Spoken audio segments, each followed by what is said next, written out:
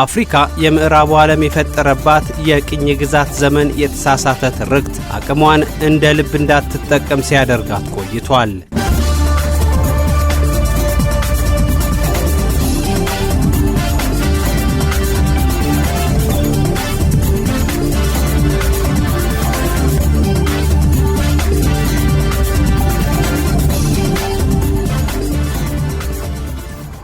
ጦርነት ሁልጊዜም ቢሆን አደገኛ፣ አውዳሚ፣ የተፈጥሮም ይሁን ሰው ሰራሽ ነገሮች ጠላት መሆኑ ይታወቃል። ጦርነት በአንድ ማህበረሰብ፣ አካባቢ፣ ሀገርና ዓለም ላይ እያሳረፈ የሚያልፈው ጠባሳ የፍጥረታትን ኑሮ ሁልጊዜም ጎዶሎ ያደርገዋል። አፍሪካ የምዕራቡ ዓለም የፈጠረባት የቅኝ ግዛት ዘመን የተሳሳተ ትርክት አቅሟን እንደ ልብ እንዳትጠቀም ሲያደርጋት ቆይቷል። ከዛ ባለፈ በየጊዜው እየተነሱ የሚደቁሷት የእርስ በርስ የጦርነት ውሎዎችም አህጉሪቱን የሀብታም ድሃ አድርጓታል።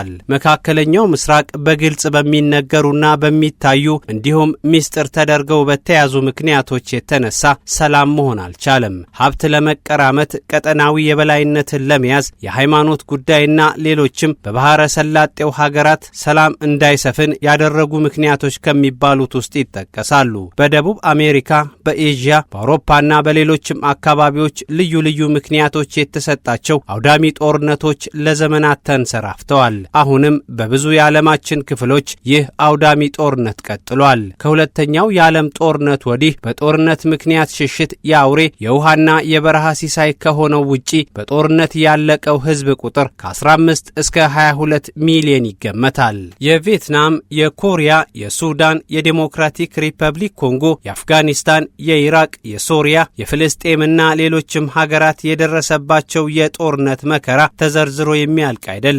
ጃፓን በአንድ ወቅት ባስተናገደችው የጦርነት መጥፎ ታሪክ የተነሳ መዘዙ ዘመናትን ተሻግሮ አሁንም መላቀቅ አልቻለችም። የሀገራት የእድገት ማነቆ፣ የዜጎች የሰላማዊ ኑሮ መናጋት፣ የረሃብ፣ የበሽታና የስደት ከፍ ሲልም የአካልና የሕይወት መነጠቅ መንስኤ የሆነው ጦርነት በመሃሉ ግን ውስን ከበርቴዎችን ማፍራቱ አይቀርም ቢባል ማን ይቀበላል?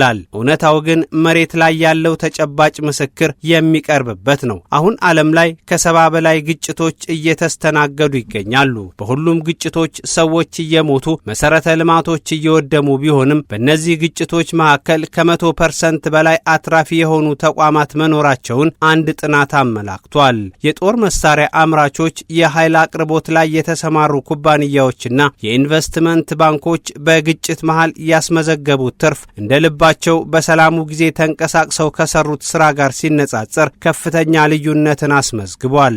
የመካከለኛው ምስራቅ ሀገራት በዙሪያቸው ያለውን ግጭት በመስጋትና ዓለም አቀፍ ትኩረት ወደ እነርሱ ሲሆን ከፍተኛ የጦር መሳሪያ ውድድር ውስጥ ገብተዋል። በዚህም የተነሳ የአሜሪካ፣ የቻይና፣ የእንግሊዝና የፓኪስታን የጦር መሳሪያ አምራች ኩባንያዎች ከፍተኛ የሆነ የጦር መሳሪያ ሽያጭ በማከናወን ቀዳሚ አትራፊዎች ሆነዋል። አሜሪካ ራሷ በምትሳተፍባቸው ጦርነቶች ሳይቀር የጦር መሳሪያ ሽያጭን በማከናወን የግጭት ውስጥ አትራፊነትን በከፍተኛ ሁኔታ ተቆጣጥራለች። ቻይና ተከታዩን ደረጃ የያዘች ሲሆን ለሁሉም ተፋላሚዎች የጦር መሳሪያዎችን በማቅረብም የተለየ ስራ ሰርታለች። የዚህን ዘርፍ የቻይና ሽያጭ የሚገልጹ አካላት ምናልባት ቻይና በህጋዊ የገንዘብ ዝውውር ካደረገቻቸው ሽያጮች ይልቅ ዓለም አቀፍ የፋይናንስ ተቋማትን ሳይነኩ የተደረጉ ግብይቶች ሊበልጡ እንደሚችሉ ይገምታሉ። ቻይና በሩሲያ ዩክሬን ጦርነት ከፍተኛ ገንዘብ ስለማግኘቷ ይነገራል።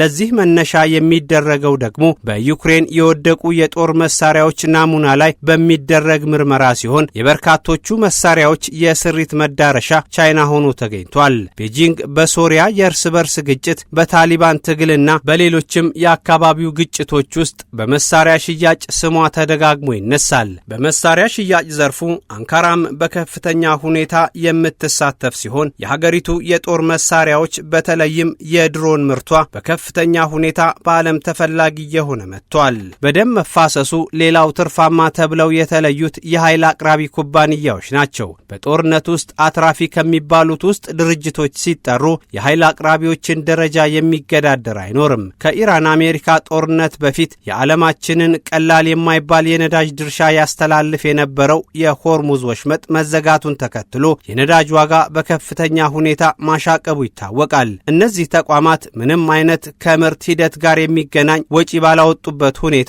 የነዳጅ ዋጋን በመጨመር ከፍተኛ ትርፍ ገቢ አድርገዋል። ተቋማቱ ባደረጉት የጅምላ የሚመስል ጭማሮ የድፍድፍ ነዳጅ ዋጋ እስከ $126 በበርሜል እንዲጨምር አድርገዋል። ይህ ማለት ከጦርነቱ በፊት ከነበረው ዋጋ ጋር ሲነጻጸር በበርሜል እስከ $72 ጭማሪ እንዲከሰት ሆኗል። እነዚህ ኩባንያዎችን የተቆጣጠሩ ሀገራትም ትርፋማ ሆነው የጦርነቱን ሁኔታ በመፈለግና ባለመፈለግ መካከል ሆነው ታይተዋል። ሳውዲ አረቢያ በዚህ ረገድ ትርፍ አግኝታ የነበረች ሲሆን የደረሰባት ጥቃት ግን ጦርነቱ እንዲቋረጥ ከምኞት በላይ እንድትሰራ አድርጓታል። ሳውዲ በመጀመሪያው ሩብ ዓመት ንግዷ ከአምናው ተመሳሳይ ወቅት ጋር ሲወዳደር የ25 በመቶ ብልጫ ያለው ትርፍ አግኝታለች። ሳውዲ አራምኮን ጨምሮ የኃይል አቅራቢ ተቋሞቿ በነበራቸው ንግድ በ3 ወራት ውስጥ $32.5 ቢሊዮን ትርፍ አግኝተዋል። ሳውዲ ባገኘችው ትርፍ ጦርነቱ ያስተማራትን ትምህርት ወደ ተግባር እንድትቀይር አድርጓታል። ወደፊት ሆርሙዝ ቢዘጋ በሚል ስጋት ተለዋጭ የነዳጅ ማስተላለፊያን በፍጥነት ገንብታ ጨርሳለች። ከምስራቅ ወደ ምዕራብ የተዘረጋው ይህ የነዳጅ ማስተላለፊያ መስመር 1200 ኪሎ ሜትር የሚረዝም ሲሆን መዳረሻውን ቀይ ባህር አድርጓል። በዚህ አዲስ መስመር በቀን 7 ሚሊዮን በርሜል ነዳጅ የሚተላለፍ እንደሚሆን ተገልጿል። ከዚህ ስራ በኋላ በተለይ የሳውዲው ሳውዲ አራምኮ ከፍተኛ ትርፍ ያገኘ ሲሆን $134 ቢሊዮን ገቢ ሰብስቧል። የእንግሊዙ ብሪቲሽ ፔትሮሊየም ቢፒ ሌላኛው የጦርነት አትራፊ ተቋም ሲሆን ከጦርነቱ በፊት ያገኘው ከነበረው ትርፍ ከእጥፍ በላይ ማግኘቱን የዘርፉን ስራ የሚከታተሉ የመረጃ ተቋማት ይገልጻሉ። ኳታር በቀጠናዊ ጦርነቱ አስደንጋጭ የሚባል ጥቃት የደረሰባት ቢሆንም ከአትራፊዎቹ መካከል ተቆጥራለች። አሜሪካውያን ኩባንያዎች በተለይም ቬንቸር ግሎባል እና ቼይነር ኤነርጂ የተባሉት በዚህ ዘርፍ ላይ ከተገኘው ትርፍ ትልቅ ድርሻን ወስደዋል። የአሜሪካ ኩባንያዎች ከዚህ ባለፈ በቬንዙዌላው የመፈንቅለ መንግስት የተነሳ ታላላቅ የኃይል አቅራቢ ድርጅቶችን ጠቅልለው ወስደዋል። በዚህም የተነሳ የቀደመ ኪሳራቸውን ጭምር ለማወራረድ የተሰሩ ስራዎች ለኩባንያዎቹ ብቻ ሳይሆን ለዋሽንግተንም ካዝና ቦቅ ያለ የዶላር ገቢን አስገኝተዋል።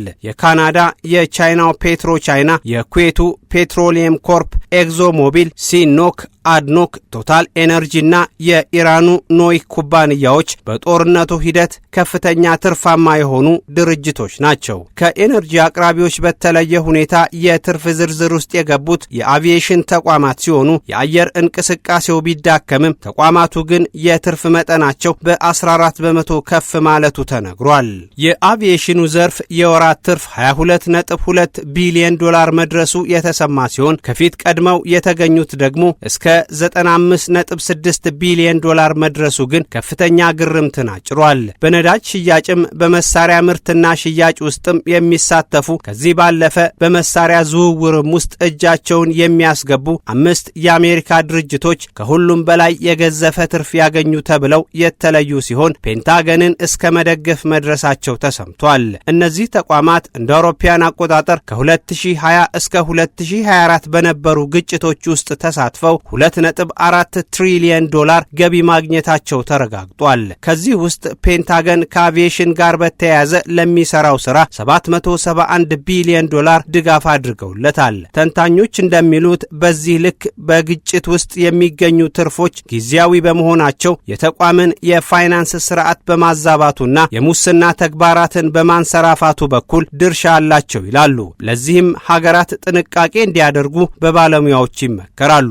የኢንቨስትመንት ባንኮችን ስንመለከት አሜሪካዊ ተቋማት ከፊት ተሰልፈው ይገኛሉ። ባንክ ኦፍ አሜሪካ፣ ሲቲ ግሩፕ፣ ማርጋን ስታሊ፣ ጎልድማን ሳች እና ዌልስ ፋርጎ እያንዳንዳቸው በወራት ውስጥ ከ5 እስከ $16.5 ቢሊዮን የተጣራ ትርፍ አግኝተዋል። አንዳንዶቹ ባንኮች ከጦርነቱ በፊት ለህልውናቸው ብቻ ሲሰሩ የነበሩ ሲሆን አሁን ግን በከፍተኛ ሁኔታ ተገዳዳሪ ሆነዋል። በጥቅሉ ሲታይ ጦርነቱ አሜሪካንን በበርካታ ኩባንያዎቿ በኩል ትርፋማ ሲያደርጋት፣ ሌሎች ሀገራትም በሽያጭ በማጓጓዝና ገበያ በማመቻቸት የትርፍ ተጋሪ ሆነዋል። ኢራን ደግሞ የተያዘባትን ሀብት በማስለቀቅ የነዳጅና ሌሎች ግብይት ማዕቀቦቿን በማስነሳትና የሆርሙዝም የወደፊት ጠባቂ በመሆን በመፈራረም የተጎጂ አትራፊ ሆናለች። ያሌ ዩኒቨርሲቲ፣ አልጄዚራና ቢዝነስ ኢንሳይደር የዘገባው ምንጮች ናቸው።